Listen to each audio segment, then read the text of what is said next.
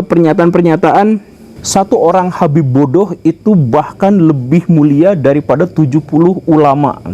Nah ini juga sempat viral kemarin gitu ya, ada beberapa Habib yang mengatakan seperti itu. Jadi Habib paling bodoh itu lebih mulia daripada 70 ulama yang sangat-sangat alim. Ada kemudian penjelasan yang lebih lanjut lagi bahwa seorang Habib ini ada secara literal disebutkan seperti itu sama kelompok mereka itu. Habib yang tukang maksiat, yang zina, yang mabuk, kata dia, kakinya masih jauh lebih mulia daripada ulama. Assalamualaikum, selamat datang kembali di Guru Gembel Channel. Sebenarnya saya agak risih dan agak ragu untuk membahas masalah perhabiban lagi. Ya, karena sudah terlalu sering dan mungkin akan sedikit mengancam keberagaman konten di channel ini. Tetapi ada saja hal-hal yang meresahkan atau yang membuat saya resah dari perilaku-perilaku atau perkataan-perkataan dari sebagian orang di antara mereka gitu. Satu yang kemudian membuat saya sesak itu adalah kemarin, ada beberapa hari yang lalu itu ada yang masuk di kolom komentar saya yang terkait dengan perhabiban yang menyebutkan bahwa Habib-Habib itu derajatnya, makomnya, tingkatannya itu lebih tinggi daripada nabi-nabi selain Nabi Muhammad. Itu disebutkan seperti itu, secara harfiahnya seperti itu. Iya, saya merasa terhuik-huik sekali sambil membayangkan bahwa Pak Habib Rizik itu makomnya lebih tinggi daripada Nabi Ibrahim misalkan. Atau misalkan Pak Habib Bahar itu derajatnya lebih tinggi daripada Nabi Isa misalkan seperti itu. Iya kan, kalau dipikirkan seperti itu karena komentarnya adalah seperti itu. Ya semoga aja itu adalah sarkas belaka, semoga gitu ya. Tapi kayaknya ini bukan sarkas gitu. Dan yang saya lihat-lihat memang secara tidak langsung ada beberapa ceramah-ceramah yang menuntut interpretasi bahwa Habib itu memang lebih tinggi daripada derajat Nabi. Misalkan ya, ini sangat terkenal sekali di TikTok, di YouTube, Baraya bisa cek ceramahnya. Itu ada seorang habaib yang bercerita bahwa ada seorang Habib yang bahkan bisa menentukan seseorang itu masuk surga tanpa hisab, bahkan ketika orang itu adalah pelaku maksiat, dan bahwa dia itu sebenarnya ibadahnya tidak benar, bahkan sholatnya pun tidak benar gitu, tapi bisa masuk surga tanpa hisab gara-gara rekomendasi dari Habib ini. Jadi ceritanya ini umum, Baraya bisa cek di mana-mana, dan saya yakin atau beberapa di antara Baraya mungkin juga sudah tahu, ada seorang Habib. Habib itu punya tetangga yang tetangganya itu suka jualan kacang malam-malam. Nah, si tukang kacang itu kalau ketemu sama Habib itu biasanya jualannya itu diambil sama Habib atau dikirimkan ke rumahnya gratis, nggak bayar, pokoknya mah diminta aja seperti itu. Nah, ketika orang si penjual kacang itu meninggal dunia, maka Habib langsung menuliskan surat di situ ditujukan kepada Munkar Nangkir, dan orang yang dimaksud itu diterangkan di situ bahwa sholatnya tidak benar, tukang maksiat, ibadahnya tidak benar dan sebagainya, tapi dia langsung masuk surga tanpa hisab. Ini gak ada ceritanya, bahkan Nabi pun selevel Nabi itu tidak ada yang pernah memiliki kemampuan seperti itu gitu. Jadi ada orang-orang yang sangat dicintai oleh Nabi misalkan, dan Nabi meminta kepada Allah Subhanahu wa taala untuk memasukkannya ke dalam surga tetapi tidak dikabulkan. Itu ada cerita seperti itu. Lah, ini seorang Habib bisa melakukan itu kepada orang lain. Berarti kan ini secara tersirat atau mungkin bisa memaksa kita untuk menginterpretasikan bahwa Habib ini memiliki kemampuan yang lebih dari Nabi gitu. Karena beliau benar-benar memegang kunci surga, dan beliau benar-benar menentukan mana orang yang berhak untuk masuk surga dan mana yang berhak untuk masuk neraka. Dan kisah-kisah semacam ini bukan hanya dijelaskan di 1-2 orang gitu, 1-2 majelis di kalangan mereka, dan di channel YouTube, di TikTok, semuanya sudah banyak cerita-cerita seperti ini bertebaran. Misalkan ada seorang yang sangat melayani habaib, ketika meninggal, ketika mau ditanya oleh malaikat Munkar dan Nakir, datang kemudian Habib ke dalam makam itu, kemudian malaikatnya ngacir kabur gitu, dan ini langsung masuk surga gitu. Cerita-cerita yang semacam itu tuh banyak gitu. Saya heran, kan mereka itu mengatasnamakan Islam, menggunakan simbol-simbol Islam, tetapi dasar yang mereka katakan itu sama sekali tidak ada di dalam Islam gitu, bahkan menyelisihi pandangan-pandangan atau ide-ide dalam Islam gitu. Dan kalau misalkan kita telaah lagi, itu yang semacam itu tuh banyak. Maksudnya kalau 1 atau 2 orang yang mengatakan seperti itu, ya mungkin itu adalah pendapat dia secara pribadi atau istihad dia secara pribadi atau dongeng yang dia dengar secara pribadi gitu, mungkin. Tapi kalau misalkan hampir semua orang mengatakan yang seperti itu dengan tema-tema yang sama untuk mengglorifikasi garis nasabnya, itu benar-benar luar biasa. Coba misalkan Baraya, saya minta Baraya langsung cross check pada video-videonya langsung, yang pendek maupun yang panjang. Kalau bisa yang panjangnya, dan silakan cross check langsung datang ke majelis-majelisnya. Ini misalkan ada pernyataan-pernyataan, satu orang Habib bodoh itu bahkan lebih mulia daripada 70 ulama. Nah ini juga sempat viral kemarin gitu ya. Ada beberapa Habib yang mengatakan seperti itu. Jadi Habib paling bodoh itu lebih mulia daripada 70 ulama yang sangat-sangat alim. Ada kemudian penjelasan yang lebih lanjut lagi bahwa seorang Habib, ini ada secara literal disebutkan seperti itu sama kelompok mereka itu. Habib yang tukang maksiat, yang zina, yang mabuk, kata dia, kakinya masih jauh lebih mulia daripada ulama. Yang tukang ibadah, yang tukang memberikan manfaat kepada masyarakat, itu kepalanya jauh lebih rendah derajatnya daripada seorang Habib yang tukang mabuk, tukang maksiat, gak pernah ibadah dan lain sebagainya. Itu secara literal mereka sebutkan seperti itu. Bahkan kemudian disebutkan bahwa golongan orang yang masuk neraka paling duluan itu adalah ulama yang menyelisihi habaib. Disebutkan seperti itu. Jadi kalau misalkan Baraya pengen tahu siapa ahli neraka yang paling duluan masuk neraka, itu adalah ulama yang menolak atau menyelisihi para habaib. Mereka sebutkan, dan katanya ulama yang dimaksud itu bahkan masuk lebih dulu masuk ke dalam neraka daripada orang-orang yang melakukan dosa besar dalam Islam, misalkan melakukan kemusyrikan atau menyembah patung berhala dan sebagainya. Nah ini lebih duluan lagi. Jadi mereka benar-benar memegang kunci sorga, sehingga siapapun di antara pelayan-pelayan mereka bisa masuk ke surga tanpa hisab, bahkan ketika mereka tidak melakukan ibadah apapun. Di sisi lain ada ulama yang levelnya sudah bagaimanapun, kalau misalkan menyelisih habaib maka pasti akan masuk neraka paling duluan. Kalau misalkan ada orang yang mengatakan, kan kemarin misalkan Pak Habib Bahar atau Pak Habib Rizik mengatakan, mana orang yang mengatakan seperti itu, ya tinggal cek di YouTube ya, tinggal cek di YouTube, tinggal cek di TikTok gitu, dan mereka bisa langsung dicari siapa orangnya, kan mereka sudah jelas gitu melakukan hal-hal yang semacam itu. Atau misalkan kisah-kisah yang lain, misalkan ada seorang yang biasa-biasa aja tapi karena melayani Habib maka masuk surga, ya umum kayak gitu ya. Kemudian bukan hanya mengglorifikasi nasabnya, tetapi juga mengglorifikasi tempat awal mula mereka berada gitu. Misalkan Tarim itu kan awal mula kelompok Ba'alawi itu muncul gitu.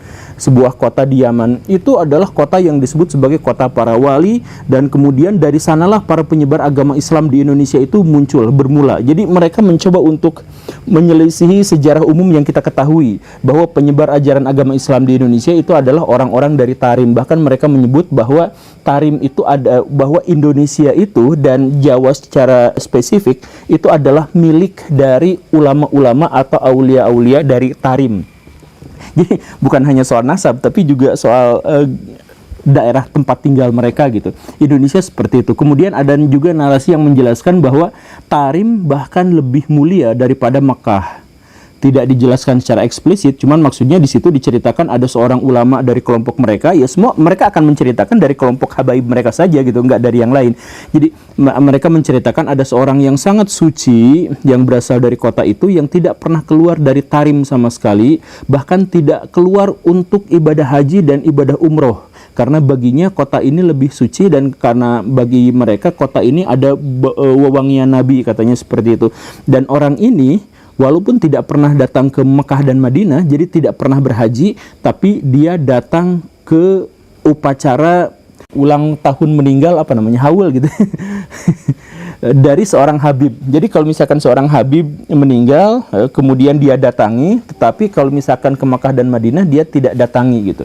Dan kemudian si penceramah yang dimaksud itu mengajak pada jamaahnya, mari kita sama-sama ziarah ke kota Tarim gitu. Jadi kok bisa sampai primordialismenya tuh bisa sampai se ekstrim ini gitu, tetapi dianggap sebagai sesuatu yang lumrah gitu. Jadi misalkan MUI yang sangat rajin untuk menuduh ini sesat, ini tangkap, ini penistaan agama dan sebagainya, tetapi pada hal-hal yang semacam ini kan jelas secara eksplisit ya menyelisihi tradisi Islam yang yang lain gitu, yang biasa kita ketahui gitu, bahwa misalkan kan dalam tradisi Islam yang kita ketahui itu adalah nabi derajatnya paling tinggi di atas semuanya dan sebagainya, dan mereka memiliki kemampuan-kemampuan yang sama seperti manusia biasa-biasa aja, kecuali ada beberapa bagian yang ganjil gitu, dan beberapa yang ganjil itu juga cuma sangat-sangat sedikit dan tidak ditonjolkan gitu. Ini mah semua kisah tentang habaib itu Baraya bisa cek ke sana ke sini, Baraya akan menemukan sesuatu yang sangat aneh gitu. Ada misalkan habib yang diceritakan bisa menghidupkan orang yang mati. Kemudian ada kisah yang sangat lucu, ada seorang habib datang ke sebuah kota, kemudian di kota itu dijaga oleh seorang kota ini dihuni oleh para orang-orang suci, para habaib, dan setiap orang dari mereka itu memiliki karomah. Jadi kalau kamu mau masuk ke sini silakan tunjukkan karomahnya. Maka si habib yang dimaksud itu langsung menunjukkan karomahnya dengan menurunkan air hujan susu yang sangat deras, di situ. Ya, jadi yang dijual itu karomahnya dan hanya dari golongannya sendiri. Makanya silakan cek Baraya, langsung datang ke majelisnya, langsung datang apa.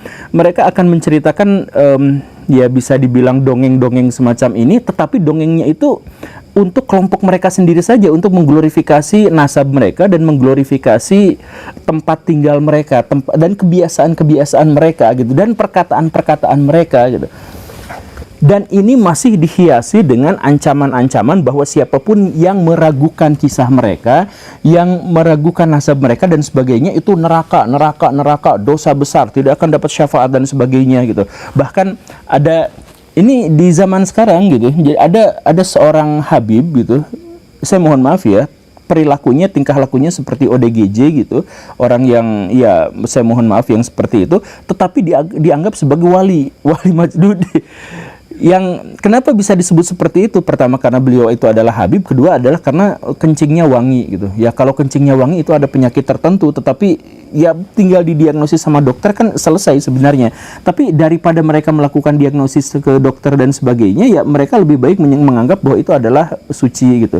Jadi makannya kan ya langsung ditafsirkan bahwa ini maknanya adalah seperti ini, maknanya adalah seperti itu gitu. Orang yang saya mohon maaf ya ODGJ gitu, dengan tampilan juga yang seperti itu, yang tidak menjalankan ibadah dan tidak apa ya, tetap aja diciumin kakinya, diciumin tangannya, diciumin bekas pantatnya dan sebagainya. Dan ketika ada orang yang menanyakan, tidak boleh, nanti kualat, nanti kamu tidak akan dapat syafaat, nanti kamu masuk neraka paling duluan dan sebagainya. Selalu ada ancaman-ancaman yang seperti itu. Ya bingung juga kalau misalkan mau ngobrol sama mereka, karena jamaah-jamaahnya juga pasti yang takut sama neraka pasti akan tutup mata, tutup kuping mendengar penjelasan-penjelasan dari kita gitu. Makanya ya aduh agak susah juga. Ditambah lagi misalkan selain juga karomah-karomah yang sangat luar biasa melebihi para nabi, kemudian keajaiban yang sangat luar biasa dan sebagainya, dan kemudian perintah dan ancaman mereka, ada juga sesuatu yang pada akhirnya unik, yaitu bahwa mereka jualan. Baraya datang ke majelis-majelisnya, silahkan Baraya datang langsung ke majelis-majelisnya. Kalau misalkan mau mengkonfirmasi itu jualan, ini siwak bekas saya harganya berapa, 1 juta, silakan beli rebutan gitu. Ini sorban saya jual siapa, oh mahal sekali ya, padahal cuman ini. Sampai ada habib juga yang mengatakan bahwa siwak saya itu jauh lebih mahal derajatnya daripada kursi presiden, kursi gubernur dan sebagainya, karena ini berasal dari singgasana nabi gitu. Nabi pemimpin pada waktu itu, tetapi tidak menggunakan singgasana. Nabi itu duduk beralas selantai sama seperti sahabat yang lain gitu. Tapi dikatakan bahwa Nabi itu punya singgasana, dan singgasananya itu adalah siwaknya, yang karena itu maka lebih mahal daripada singgasana Pak Jokowi gitu atau singgasana Pak Gubernur siapa gitu. Ya pada akhirnya dijualin gitu. Jadi ada ini air doa, didoain sama Habib ini, jadi harganya sekian. Ini ya kain apa, didoain harganya sekian dan sebagainya. Kemudian juga mereka akhirnya bisnis ziarah kubur gitu. Jadi mereka bikin makam orang yang tidak dikenal, diganti papannya jadi makam Habib apa gitu. Kemudian mereka bikin travel sendiri untuk berziarah ke sana keliling gitu. Ya pada akhirnya ujung-ujungnya ke sana juga gitu. Dan tapi walaupun seperti itu, mereka mengatakan ini adalah berkahnya, karena kedekatan ia bukan berkah kalau seperti itu. Baraya itu jual agama. Saya tidak tahu kenapa dengan penyimpangan yang sebesar ini ya masih dibiarkan sama ulama-ulama yang memiliki otoritas gitu atas hal ini gitu. Ya saya nggak tahu sih, cuman mereka masih aja menghakimi saya liberal, menghakimi saya itu tersesat, menghakimi saya Wahabi dalam hal ini. Wahabi menuduh saya yang aneh-aneh gitu, saya dituduh Wahabi sama mereka dan sebagainya. Ya dan mereka tuh berani untuk mengubah teks gitu, mereka tuh berani untuk merekayasa teks gitu. Jadi kan di dalam Islam itu teks yang paling suci itu Quran dan Sunnah. Nah mereka tuh berani merekayasa itu gitu. Misalkan mereka berani mengeluarkan sebuah hadis, tapi riwayat mereka diriwayatkan oleh mereka sendiri gitu. Bahwa siapapun yang menolak kehabiban mereka, misalkan, maka mereka itu kemungkinannya adalah anak zina gitu, atau anak dari orang yang melakukan aktivitas seksual ketika menstruasi dan sebagainya. Ya ada nggak aslinya? Ya nggak ada, teks yang semacam itu tuh nggak ada, tetapi mereka kemudian bikin sendiri, entah bagaimana, kenapa, tapi mereka tuh gitu. Ya kalau misal saya tidak menyatakan bahwa apa yang saya katakan benar sepenuhnya, ya saya hanya mengajak Baraya langsung cross check video-video, misalkan yang tadi itu saya bilang bahwa karomah Habib menghidupkan orang mati, Baraya silakan cek di Google, cek di YouTube, cek di TikTok, itu Baraya akan menemukannya. Ada orang yang jualan siwak dan sebagainya, silahkan cek langsung seperti itu gitu. Jadi jangan dulu bilang saya benar atau salah, itu silahkan skeptis, kemudian langsung verifikasi, cari sumbernya, lihat, kemudian Baraya nilai sendiri. Itulah yang akhirnya membuat saya benar-benar resah dan ya selalu tergoda untuk membahas masalah-masalah Habib. Terima kasih kalau sudah menyimak. Saya Guru Gembul. Assalamualaikum warahmatullahi wabarakatuh. Assalamualaikum Baraya, ini Guru Gembul. Menurut Baraya, siapakah tokoh Islam paling berpengaruh dalam sejarah peradaban Islam saat ini? Siapa yang paling berpengaruhnya? Saya tidak akan kasih kunci jawabannya sekarang karena saya minta Baraya untuk membeli bukunya dulu karena di sini sudah ada. Tapi saya kasih spoiler sedikit bahwa di posisi ke-37 itu saya tempatkan Muhammad bin Abdul Wahab, pendiri dalam tanda kutip Wahabi itu. Ini bukan soal baik atau buruk menurut pandangan saya, ini adalah soal pengaruh. Saya pikir beliau adalah salah satu tokoh paling berpengaruh dalam sejarah peradaban Islam. Maka dari itu, kalau misalkan Baraya pengen tahu lebih jauh lagi tentang perspektif saya terhadap beliau, silahkan beli bukunya. Ada di deskripsi juga ada.